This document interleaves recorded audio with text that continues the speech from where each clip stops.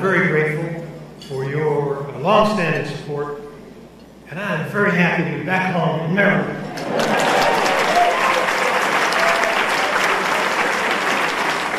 I last spoke to this organization 2 years ago, almost the day of your annual ceremony.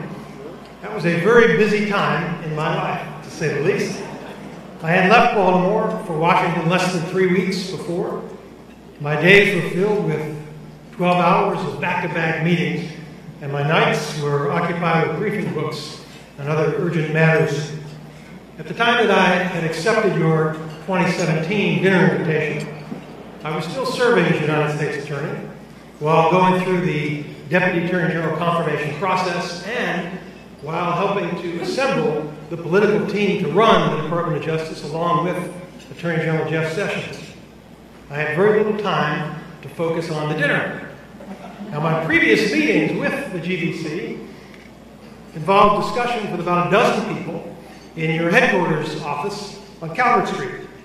I expected a similar-sized crowd at this dinner last year.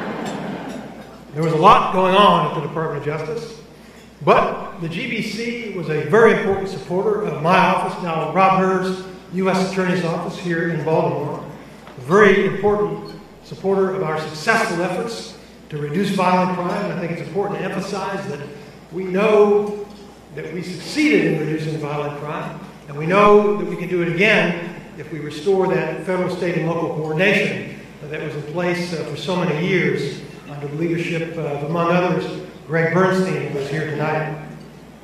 So, aware of all the support that GBC had provided to me, I tore myself away from my desk and set out to meet you for dinner last year.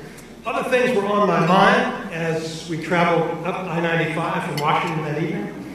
The FBI director had been removed the previous week. You might have heard about that.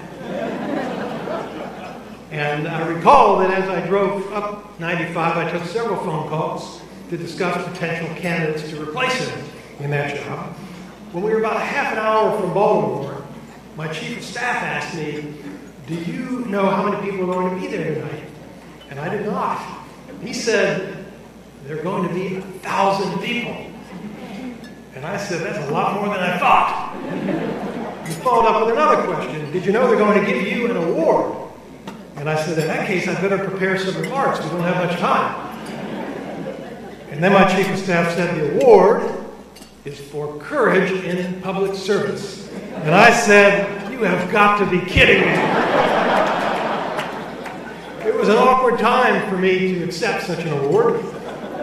The FBI director had announced at a public hearing that there was a counterintelligence investigation involving the president's campaign that might result in criminal charges. Then he was fired abruptly, confusing explanations were provided, and troubling allegations were leaked.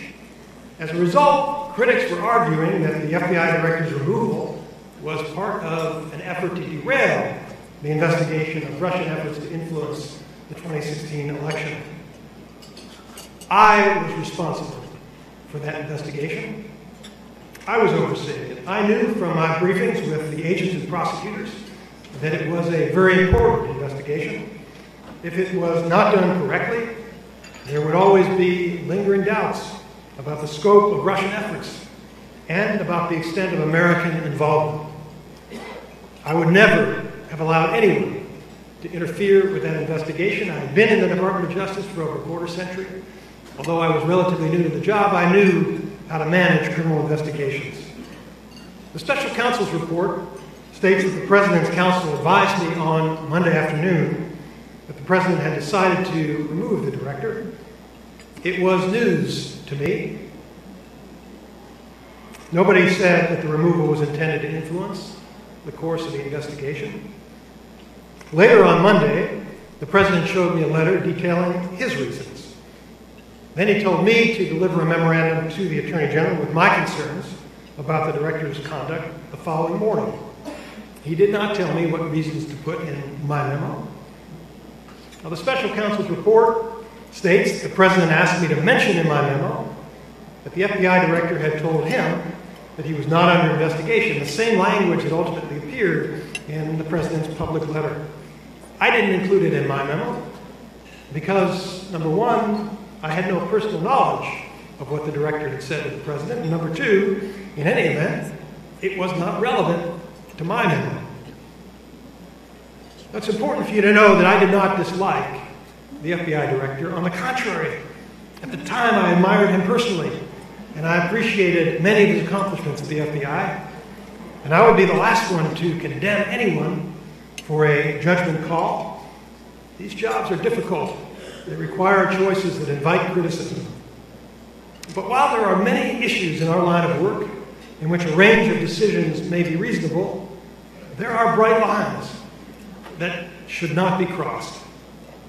The clearest mistake was the director's decision to hold a press conference about an open case, to reveal his personal recommendation about the case, and to discuss details about the investigation without the informed consent of the prosecutors and the Attorney General, because one of the fundamental principles of federal law enforcement is that the agents investigate the cases and the prosecutorial decisions are made by federal prosecutors and by politically accountable officials in the Department of Justice. The director then chose to send a letter to Congress on the eve of the election, stating that one of the presidential candidates was under criminal investigation, expecting that letter to be released immediately to the public. Now, those actions, in my view, were not within the realm of reasonable decisions. They were inconsistent with our goal of communicating to all FBI employees that they should respect the role of the Attorney General of the United States, that they should refrain from disclosing information about criminal investigations, they should avoid disparaging uncharged persons, and above all, they should never take any unnecessary steps that could be perceived to influence an election. But the director doubled down in his congressional testimony. In essence, he said that he would do it again if he had the chance. Now, if I had been asked to make a recommendation before the removal decision was made, I would have included a more balanced analysis of the pros and cons. But my brief memo to the Attorney General was correct, and it was reasonable under the circumstances. If I had been the decision maker, the removal would have been handled differently, with far more respect and far less drama. So I do not blame the former director for being angry. I would be too, if I were in his shoes. But now the former director seems to be acting as a partisan pundit, selling books and earning speaking fees while speculating about the strength of my character and the fate of my immortal soul. I kid you not. That is disappointing. Speculating about souls is not a job for police and prosecutors. Generally, we base our opinions on eyewitness testimony. In any event, I agreed with the then acting FBI director, who testified that the firing would not impact the investigation. On the other hand, I recognized that the unusual circumstances of the firing and the ensuing developments would give reasonable people cause to speculate about the credibility of my investigation. Those circumstances are publicly known. I also knew, based on briefings that I received from agents and prosecutors that are now public as a result of indictments that we've returned and information in the public report, I knew that there was overwhelming evidence that Russian operatives hacked American computers and defrauded American citizens. And it was part of a comprehensive Russian strategy to influence elections, promote social discord, and undermine America, just as they do in other countries. And people with connections to the presidential campaign were under FBI investigation in relation to their connections to Russian agents. At the time, these were allegations. They were leads. It's what we call predication. Nobody had been convicted of a crime. Nobody had been charged with a crime. But based upon what I knew in May of 2017, the investigation of Russian election interference was justified. The Department of Justice Inspector General is reviewing aspects of the counterintelligence investigation. Before I left the office, actually about a year ago, I participated in ensuring that there would be a full and thorough investigation. If the Inspector General finds significant new facts, I would reconsider my opinion. But I need to base my opinion on credible evidence. That is what makes the Department of Justice special in America. Now, the President selected me for the job of Deputy Attorney General. The Senate approved my nomination, and I took an oath to well and faithfully execute the duties of the office. As the leader of the Department of Justice, the acting leader for purposes of that case, that oath gave me a legal obligation to make a nonpartisan law enforcement decision without regard to political considerations. I determined that I needed a special counsel to help resolve the election interference investigation in a way that would best protect America from foreign adversaries and that would preserve public confidence in the long run. I knew that some people would not be happy about it. I knew that it would be unpleasant for me and my family. But at my confirmation hearing, I promised that I would conduct the investigation properly and see it through to the appropriate conclusion. In my line of work, you keep promises. And in my line of work, the appropriate conclusion is the result when you follow the process and you complete an independent investigation. You are not out to get anyone. You're just out to follow the facts, wherever they may lead. Now, when Bill Barr was Attorney General the first time, for 14 months from 1991 to 1993, he appointed 3 special counsels and 1 independent counsel. Attorney General Barr explained that he just used his inherent authority to appoint special counsels, even though in one case he could never quite understand what the allegation was. There was never any serious question about my legal authority to appoint a special counsel. There was never any ambiguity in the minds of Bob Mueller and his team about the limited scope of his authority or about his responsibility to report to me and my leadership team in the Department of Justice about significant steps in his investigation. With or without regulations, it would be legal to appoint special counsel. In fact, it is legal to appoint a special counsel for any reason. The Attorney General possesses that power. It is one of the powers of the Attorney General. But as a matter of discretion, we should only appoint special counsels when necessary. U.S. attorneys, the FBI, and the Inspector General, they can capably handle almost all cases. When you gave me that award for courage in government service, I probably did not deserve it at the time. I don't know whether I earned it since then. But I tried my best. It's nice to be home. Thank you very much.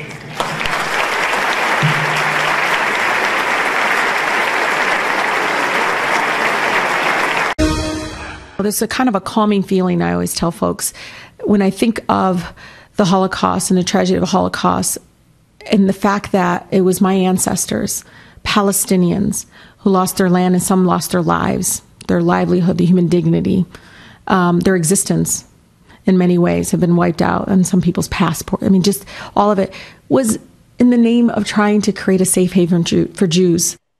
Those comments from Congresswoman Rashida Tlaib have set off a wave of backlash tonight. President tweeting this: Democrat Representative Tlaib is being slammed for her horrible and highly insensitive statement on the Holocaust. She obviously has tremendous hatred for Israel and the Jewish people, he writes. Can you imagine what would happen if I ever said what she said and says? Here now, Ben Shapiro, editor-in-chief of DailyWire.com. Ben, good to see you. Thanks for coming back. You bet. I guess, first of all, your reaction to what Tlaib said, the initial comment that got everybody's attention.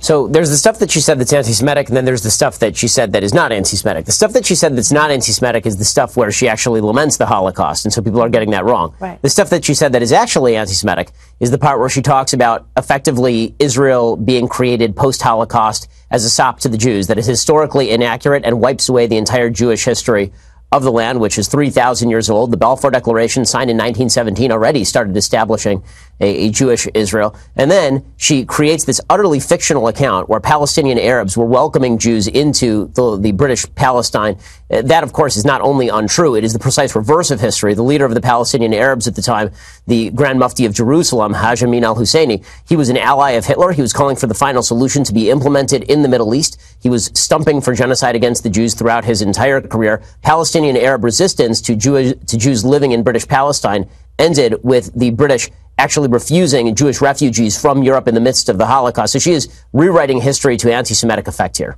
I mean, why, I guess is my question. You know, I mean, do you think that she doesn't understand the history of it, or she chooses to see it differently? I mean, you can't really get into her head, but, you know, what are your thoughts on that? Well, I mean, I think that she perfectly well understands the actual history here, but the revisionist history serves an anti-Semitic goal, which is that Israel is illegitimate and ought to be abolished. She's a supporter of the boycott, divestment, and sanctions movement. She suggested that if you are a supporter of Israel, you are guilty of dual loyalty in the past. I mean, she, along with Ilhan Omar, is part of an anti-Semitic contingent of the Democratic Party, now being protected by the Democratic leadership.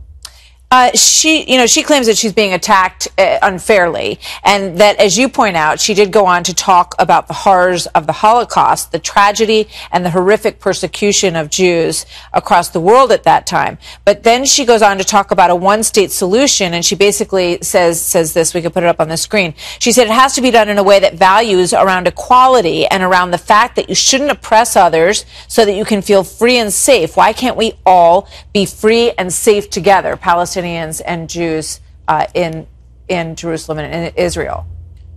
Fascinating that she's involved in the push for getting rid of the only Jewish state on planet Earth. I've heard no calls from her for the Palestinian Authority to allow Jews to live within its precincts. No calls from her for any Muslim state to change its religious orientation. No calls from her whatsoever for human rights in many of the Muslim countries that she defends. So it's pretty fascinating to watch her call for a one-state solution that effectively means the end of the state of Israel, which she knows, which is why she's pushing for it. It's interesting because, you know, when she talks about it, she also said that she's looking for a better way where I don't want people to do it in the name of Judaism, just like I don't want people to use Islam in that way. Do you see that comment as anti-Semitic, Ben? I'm not even sure what that comment refers to. It sounds like she doesn't want it to be about religion. She wants it to be a state that is not based in religion, where both Palestinians and Jews live in one state. Now, very odd that she doesn't seem to care about the 50-odd Muslim states that exist on planet Earth if she's so interested in the separation of church and state and the disestablishment of any official religion. By the way, Israel is the only country in the Middle East where Muslims actually have full civil rights. All right. I want to ask you also about this other tweet that came from Alyssa Milano, who suggested that because there are some states that now have a heartbeat law, Georgia just passed the law, Mississippi has it, Ohio has it, and there are a couple of other states that look like they're about to pass it. And she is very upset about this, and she tweeted, "Our reproductive rights are being erased. Until women have legal control over their own bodies, we just cannot risk pregnancy. Join me by not having sex until we get our bodily autonomy back. I'm calling for a hashtag sex strike. Pass it on." What do you think? Well, I'm glad that Alyssa Milano has finally discovered traditional marriage. That's exciting. I'm glad that Democrats in Hollywood are finally discovering, hey, wait a second, sex might have something to do with making babies. And if we don't want to make babies, then maybe we should just not have sex. Gotta say, I feel kind of bad for her husband. I feel probably like her husband is pro-choice, and yet he's the one bearing the brunt of this particular decision by Alyssa Milano. So, more power to feminists. If they don't wish to have sex and they wish to do so in the name of apparently preserving the lives of the unborn, welcome to the club, guys. I mean, so it is odd, to sort of use that as a weapon, and as has been pointed out in a lot of the pushback against her, it seems almost like a sort of sexist approach to getting where she apparently wants to go, which I'm not sure exactly where that is. Here's Meghan McCain today on The View talking about this and about how pro-life women feel about this whole argument. Watch this. People like Alyssa Milano need to understand that women aren't just one section of the population that are like her. For pro-life women, like me, which is a very strong tenet of who I am and how I view the world, I believe that abortion is murder. So the idea that there's gray in allowing murder in the United States of America... And this was pushed back. The discussion was, look, it's okay. I think what I think, and you think what you think. And, you heard her not backing down in terms of whether or not there's any gray with an issue that she sees as life and death, murder. Well, good for Meghan McCain. She does a terrific job on The View. And obviously the push that all women have to feel like Alyssa Milano or they are not true women robs a lot of women of their femalehood. The fact is that 3 of the co-sponsors of the Georgia bill war women, all of the lies that are being promulgated by the media, the grave lie, the suggestion that if a woman has a miscarriage in Georgia, she's going to be prosecuted, which is just not the truth. I mean, it is just a blatant lie. The fact that that has made the rounds is demonstrative of the fact that if you are seeking to attack pro-life positions, the best thing that you can do about it is to falsify the pro-life positions and claim that really what pro-lifers want to do is control a woman's body as opposed to protecting an unborn human life. I got to go, but very quickly, do you agree legally that when you look at these bills that are being passed, that they will provoke a test for Roe v. Wade? Well, they'll certainly provoke a test for the limits of Roe v. Wade. And it'll be interesting to see if the Supreme Court loosens the standard under Planned Parenthood versus Casey, or that they actually overrule Roe v. Wade altogether. My guess is that the best that pro-lifers can hope for is the continued loosening of the standard under Planned Parenthood versus Casey. Ben, thanks. Always good to see you. Thanks. You bet.